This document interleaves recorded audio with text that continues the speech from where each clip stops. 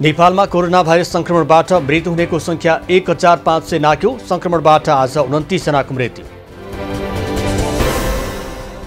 नेपालमा सोमबार थप 1474 जनामा कोरोना पुष्टि। संक्रमितको संख्या 2,33,452 पुग्यो। काठमाडौँमा 615, भक्तपुरमा 69 र ललितपुरमा 125 जना नयाँ संक्रमित थपिए। 375 जनाको सघन उपचार कक्षमा र 58 जना भेन्टिलेटरमा उपचार गर्दै। पछिल्लो 24 घण्टामा कोरोना मुक्त भएर 1974 जना डिस्चार्ज भए। यो सँगै कोरोना मुक्त हुनेको संख्या 2,14,521 पुग्यो। सरकारले सोमबार पहिलो दिन काठमाडौँको वडा नम्बर 4, 7 र 9 मा एन्टिजेन परीक्षणको थालनी गर्यो। आज 1500 को परीक्षण। काठमाडौँ उपत्यकाको परीक्षणको प्रभावकारिता हेरेर उपत्यका बाहिर पनि यो परीक्षण विधि प्रयोग गरिने राष्ट्रिय रोग नियन्त्रण महाशाखाको भनाइ। सरकारद्वारा सोमबार सातै प्रदेशमा एकैपटक 396 आधारभूत अस्पतालको शिलान्यास। ग्रामीण क्षेत्रमा प्राथमिक स्वास्थ्य सेवा विस्तार गर्ने उद्देश्यसहित अस्पताल निर्माण थालियो। ललितपुरको गोदावरी अस्पताल शिलान्यास गर्दै अर्थमन्त्री पौडेलले स्थानीयको आवश्यकताका आधारमा अस्पताल निर्माण सुरु गरिएको दिए जानकारी। अस्पताल निर्माणका लागि यो वर्ष 6 अर्ब 12 करोड 26 लाख बजेट विनियोजन, करिब 58 अर्ब खर्च हुने सरकारको अनुमान। राज संस्था र हिन्दू राज्यको माग गर्दै राष्ट्रिय शक्ति नेपालको अगुवाईमा काठमाडौँको माइतीघर मण्डलामा प्रदर्शन। संवैधानिक राज संस्था र हिन्दू अधिराज्यको माग। संघीय गणतन्त्रात्मक व्यवस्थाले राष्ट्रिय अर्थतन्त्र र राष्ट्रिय अखण्डता कमजोर बनाएको भन्दै संघीयता खारेज गर्नुपर्ने प्रदर्शनकारीको माग। प्रदर्शन सुरुवाती मात्र भएको भन्दै माग पूरा नभए आन्दोलनलाई देशव्यापी बनाउने दिए चेतावनी। वर्तमान सरकारले जनताको पक्षमा काम गर्न असफल हुँदा विकल्प खोज्दै सर्वसाधारण सडकमा आउन थाले। आम जनता र युवा पिढीको राज संस्था र हिन्दू राष्ट्रप्रतिको चाहना तार्किक निष्कर्षमा पुर्याउन आवश्यक रहेको राष्ट्रिय प्रजातन्त्र पार्टीका अध्यक्ष पशुपति शमशेर राणाको भनाइ। कुर्सीको अन्तहीन झगडामा लागेर सत्तारूढ नेकपाले कोभिड महामारी प्रतिको जिम्मेवारी चटक्कै भुलेको अध्यक्ष राणाको आरोप। गत वर्षको चैतदेखि बन्द रहेको पशुपतिनाथ मन्दिर आगामी पुस 1 गतेदेखि भक्तजनका लागि खुल्ला गरिने। भौतिक दूरी कायम गरी स्वास्थ्य सुरक्षा विधि अपनाएर एउटा ढोकाबाट प्रवेश गराई अर्कोबाट निस्कने व्यवस्था मिलाइयो। नेपालमा हालसम्म 29,503 जनामा HIV संक्रमण भएको राष्ट्रिय एड्स तथा यौन रोग नियन्त्रण केन्द्रद्वारा जानकारी। सन् 2010 को तुलनामा सन् 2019 सम्म नेपालमा नयाँ संक्रमण 64% घट्यो।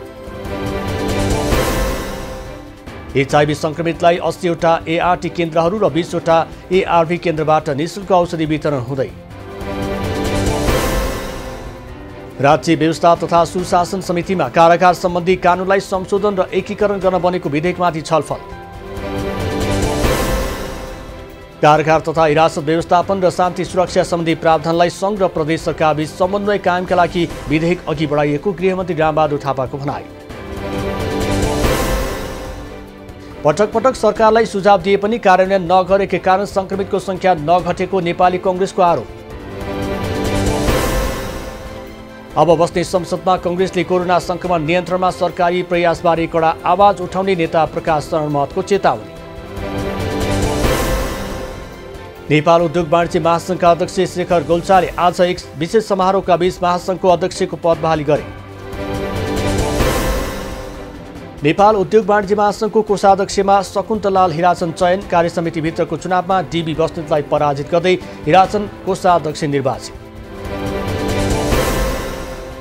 नयाँ उचाइमा पुगेको शेयर बजारको वृद्धिले सोमबार पनि निरन्तरता पाए। सोमबार नेप्से परिसूचक 1997 अङ्क कायम। करिब 29 अङ्कले बढेको बजारमा 8 अर्ब 86 करोड रुपियाँको शेयर किनबेच। आइतबारको तुलनामा कारोबार रकममा भने सामान्य सङ्कुचन।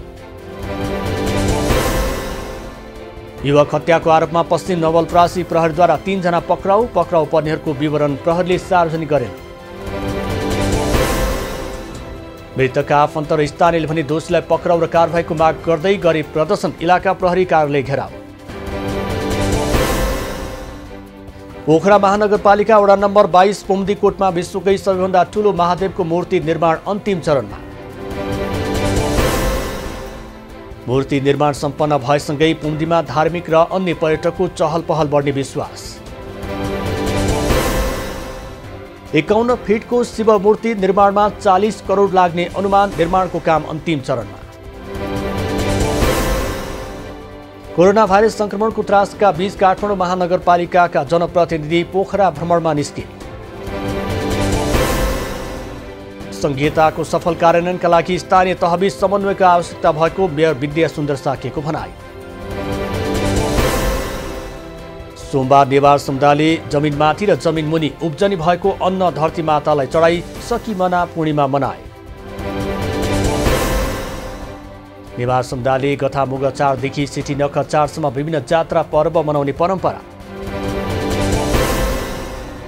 जघन्य अपराधका घटनामा प्रदेश सरकार तथा प्रहरी प्रशासन मौन बसेको भन्दै बारामा दबावमूलक कार्यक्रम आयोजना। बेटी पढाओ बेटी बचाओ अभियान प्रदेश 2 मा सञ्चालन गरिए पनि बढ्दो हिंसाका घटनाले प्रदेश 2 अछुतो राख्न नसकेको अधिकार कर्मीको भनाई।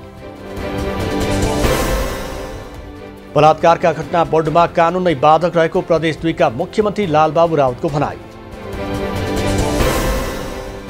कञ्चनपुरका विभिन्न क्षेत्रमा रहेका किसानहरू व्यावसायिक तरकारी खेतीतर्फ आकर्षित हुँदै। छिमेकी देशबाट आयात गरिने तरकारीमा निर्भर हुने जिल्लाका अधिकांश नागरिकले अहिले आफ्नै क्षेत्रमा उत्पादित ताजा तरकारी खाँदै। परम्परागत ढङ्गबाट थोरै मात्र तरकारी उत्पादन गर्ने यहाँका कृषकहरू अर्ग्यानिक तथा आइपिएम पद्धतिमा तरकारी उत्पादन गर्दै। पुरातात्विक र ऐतिहासिक कला संस्कृतिको नगरी खोकनाको मुख्य रुद्रायणी मन्दिरको जीर्णोद्धार तत्काल हुने। मन्दिरको बाहिरी भागबाट क्षति भएको नदेखिए पनि भित्री भाग जीर्ण भएकाले पुनर्निर्माण गरिने शहरी विकास मन्त्री कृष्णकुमार श्रेष्ठको भनाई।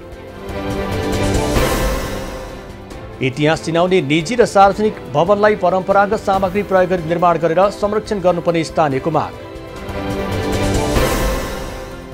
निजी तथा सामुदायिक वनलाई आयमूलक बनाउने लक्ष्यका साथ डिभिजन वन कार्यालय भोजपुरद्वारा जिल्लामा पहिलो पटक लाहा खेतीको थालनी।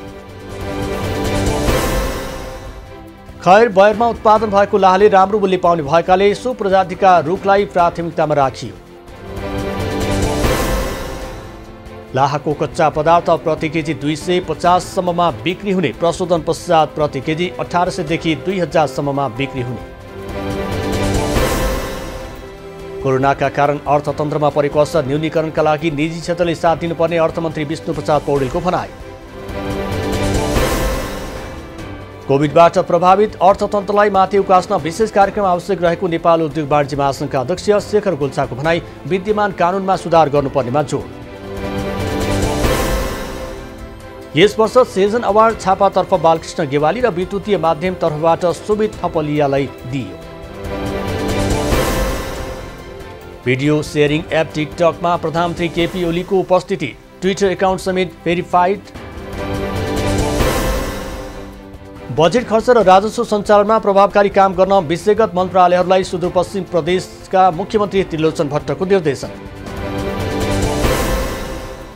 सुदूरपश्चिम प्रदेशमा चालु आर्थिक वर्षको पहिलो चौमासिकमा कुल बजेटको 6.29% खर्च।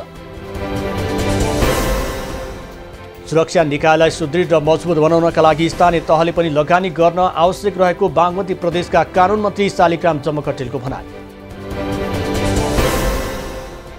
बागमती प्रदेशभित्र 47वटा प्रहरी भवन निर्माण भइरहेको बागमती प्रदेशका प्रहरी प्रमुख प्रहरी नायब महानिरीक्षक वसन्त कुमार लामाद्वारा जानकारी। सुदूर तथा कर्णाली क्षेत्रमा छाउ प्रथा अझै रोकिएन। छाउघर भत्काएर अभियन्ता बेपत्ता भएपछि महिला गोठ र ओढारमा बस्न बाध्य। अछामको मङ्गलसिंहबाट धनगढी जाँदै गरेको बस दुर्घटना 1 जनाको मृत्यु, अन्य 17 जना घाइते। मृत्यु हुनेमा साफीबगर नगरपालिका वडा नम्बर 3 का 19 वर्षीय निरज कुमार, अन्य घाइतेको बैलपाटा अस्पतालमा उपचार हुँदै। रौतहटको माधव नारायण नगरपालिकामा शव फेला। विष्णुपुरमा मानपुरमा 45 वर्षीय दशै रामको शव भेटियो। कोटपिट वा अन्य कारणले मृत्यु भएको हुन सक्ने प्रहरीको अनुमान। शवको पोस्टमार्टमपछि थप विवरण खुल्ने प्रहरीको भनाइ। सिख धर्मका प्रवर्तक गुरु नानक जयन्तीका अवसरमा राष्ट्रपति विद्यादेवी भण्डारीद्वारा शुभकामना व्यक्त, विविध कार्यक्रम गरी जयन्ती मनाई। कञ्चनपुरमा बढी भिडभाड हुने गतिविधिमा प्रतिबन्ध, जनस्वास्थ्यलाई मध्यनजर गर्दै जिल्लाभर सोमबार बिहानैदेखि निषेधाज्ञा लागू। 25 जनाभन्दा बढी व्यक्तिहरू सहभागी हुने गरी बैठक, गोष्ठी वा कुनै पनि कार्यक्रम गर्न नपाइने।